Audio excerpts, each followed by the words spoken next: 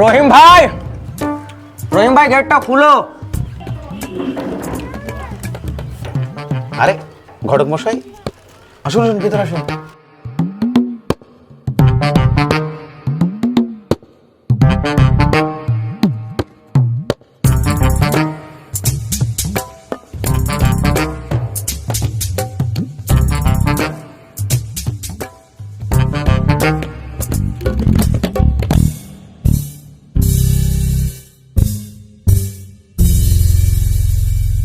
যাক, আসতে কোনো সমস্যা হয়নি তো? না, কোনো সমস্যা নেই। ভালো। কই গো নার্গিসের মা, এদিকে একটু এসো।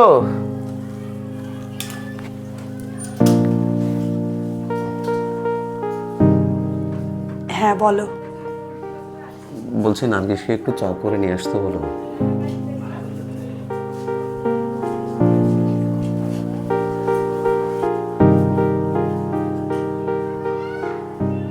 আরে এখানে দাঁড়াচ্ছ কেন? বসো, ওখানে গিয়ে বসো, যাও।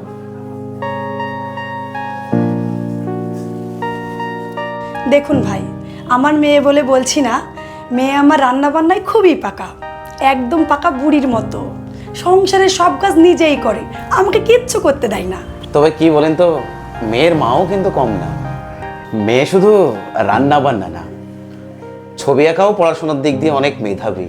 এবার তাহলে আমি নার্গিসকে নিয়ে আসি।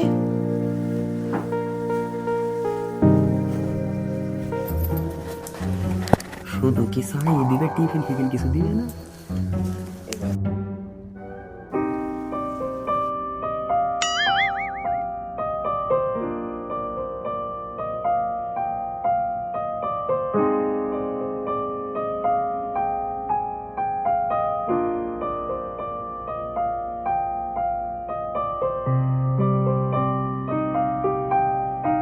তুই বস মা এখানে।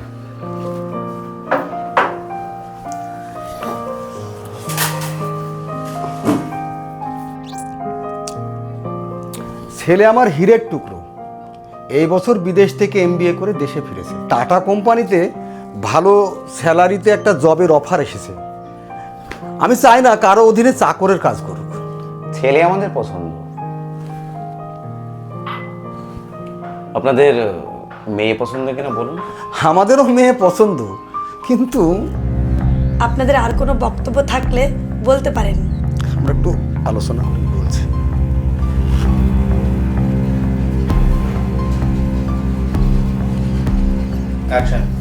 দেনা পাওনার বিষয়টা আমার মনে হয় এখানে আলোচনা করে নেওয়াটাই ভালো ছিল।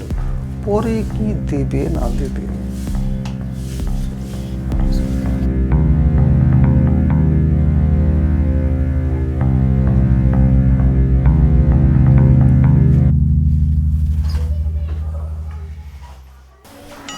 কিছু জিজ্ঞেস করো। তোমার নাম কি? আমার নাম নার্গিস পারভিন। পড়াশোনা করছো না বন্ধ আছে? না, আমি ফিজিক্স অনার্সে এমএসসি করছি। দেখুন বেয়াই মশাই, আমার জমি জায়গা টাকা পয়সার অভাব নেই, তাই দেনাপানার প্রতি আমার তেমন লোভ নেই। না না, আমি তো মেয়েকে খালি খালি পাঠাতে পারি না, তাই বলছি। ছেলে বিদেশ থেকে এমবিএ পাশ করে আসলো, প্রচুর টাকা খরচা হয়েছে, তাই বলছিলাম 20 লক্ষ টাকা কিছুদিনের জন্য ধার। আর ছেলে মেয়ে যাওয়া আসার জন্য একটা 4 চাকা গাড়ি দেবে।